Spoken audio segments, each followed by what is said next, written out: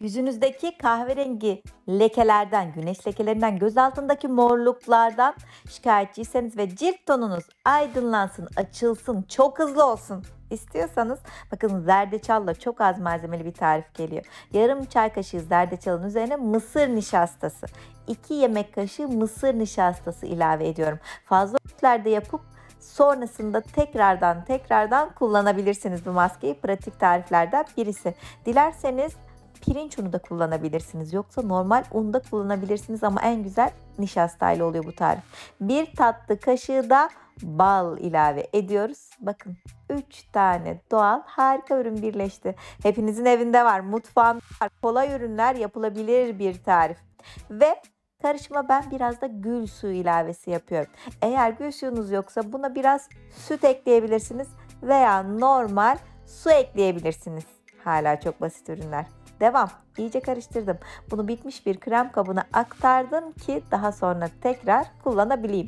Bakın bu kadar az malzeme, bu kadar etki olur mu demeyin. Çünkü zerdeçaldaki kurkumin adlı madde gerçekten lekeleri silmede, gidermede benim en çok sevdiğim ürünlerden, en çok tercih ettiğim baharatlardan birisi. Hemen şöyle ellerimin üzerine bir deniyorum. İçerisinde bal da ekledik.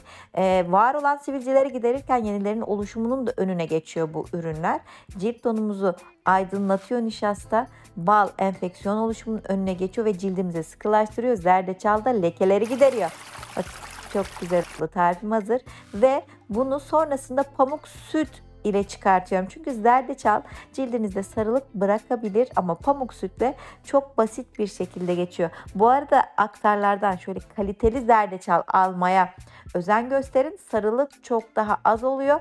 Etki çok daha fazla olmuş oluyor arkadaşlar. Bakın siler silmez kullandığım bölgeyi anında aydınlatıyor, tazeliyor ve süt pamuk uygulaması çok rahat bir şekilde çıkartıyor. İkinci süt pamuk uygulamasında hiç lekenin kalmadığını hep birlikte göreceğiz şimdi. Ben önce süt pamuk yapıyorum, sonra yıkıyorum. Daha güzel oluyor. Şimdi yeni bir modelimiz var.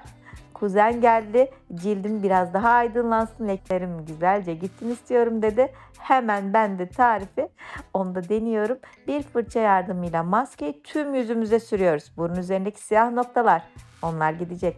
Yüzdeki lekeler, onlar gidecek. Kırışıklıkları da tedavi ediyoruz. Neden? Biraz da bal ekledik, cildimizi de sıkılaştırıyoruz. Göz altına da kullanabiliyoruz. Bu da çok güzel. Boyun dekolte bölgesine de kullanabiliyoruz. Yani maske çok pratik ve kullanım alanı çok fazla.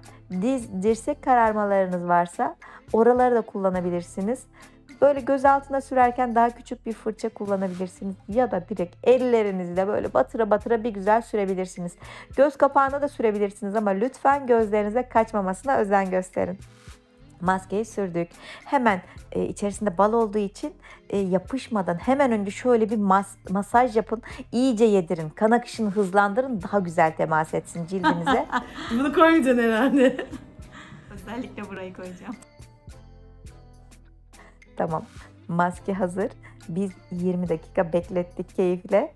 Sonrasında süt pamukla çıkartıyoruz. 20 dakika en az bekletin lütfen. Bu arada maskeyi haftada 2 veya 3 kere de yapabilirsiniz. Hatta diyorsanız ki ben çok hızlı beyazlamalı, çok hızlı lekelerden kurtulmalıyım. O zaman 2 güne bir bu maskeyi akşam temiz cildinize yapın. Süt pamuk yapın. Sonra bakın bir adım da geliyor. Yani bu adımları 2 güne bir takip ederseniz bir hafta çok net gözle görülür güzel sonuçlar elde edebilirsiniz. Bakın 20 dakika bekledim, süt pamukla çıkarttım ve sonra cildimi şöyle ılık suyla duruladım. Nemimi aldım, böyle fazla suyu aldım ve gül suyu pamuk uygulaması yapıyorum. Bakın cildimizi de sıkılaştıralım. Yani biz şöyle güzellik salonundan çıkmışçasına güzel bir cilde geçelim ve son olarak nemlendirme. Kendi yaptığım o güzel kremlerden biriyle de nemlendirme yapıyorum. Ben at kestanesi yağıyla hazırladığım çok güzel bir kremim vardı. Ondan faydalansın istedim kuzen. Hemen bunu uygulasın istedim. Ve bir güzel masajını yaptı kremle de. Bence çok güzel oldu. Kendi de çok beğendi. Umarım siz de çok seversiniz. Hoşça kalın.